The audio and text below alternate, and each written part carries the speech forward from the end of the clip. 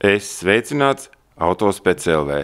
Šodien tavai uzmanībai atkal eļļiņpūtēju nedarbi. Skaties, šī ir tā saucamā pilnā pretrūsas apstrāde, kur sevī iekļauj visu apakšas apstrādi no eļļiņpūtējiem.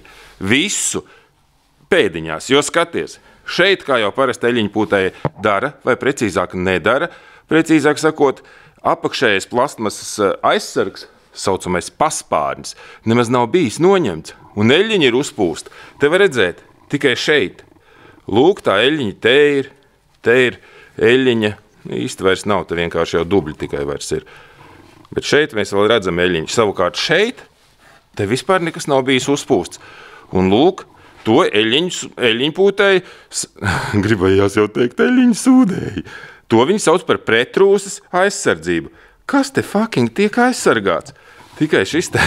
Nē, nu labi, es neteikšu, ka šis netiek aizsargāts. Protams, tu viņš iekonservē, aizkonservē, uzglabā, satur ļoti labi, ļoti labi. Bet, nu, davai veči, tad varbūt ņemiet un uzpūtiet pat tiešām uz visu apakšu. Viss šitien slēgtās kabats, visas tās aizmugurs vietas, kuras rūsē traki. Šitas jau ir īstenībā rūsē. Kāpēc tad to nevar appūst? Bet toties paskaties, kas ir appūsts. Izpūtējs.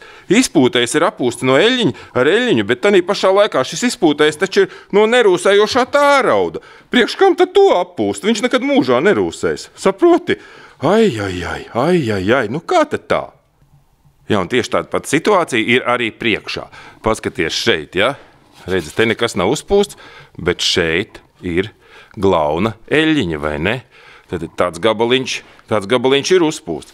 Bet viss pārējais, un šeit nebija jāapstrādā ar eļļiņām. Ko? Godājumie eļļiņpūtēji. Nu labi, lai labi ripo, pišķeli uhu. Spied thumbs up, follow, like, subscribe. Ko vēl var nospiest, es nezinu. Blotsk. Davai, peace.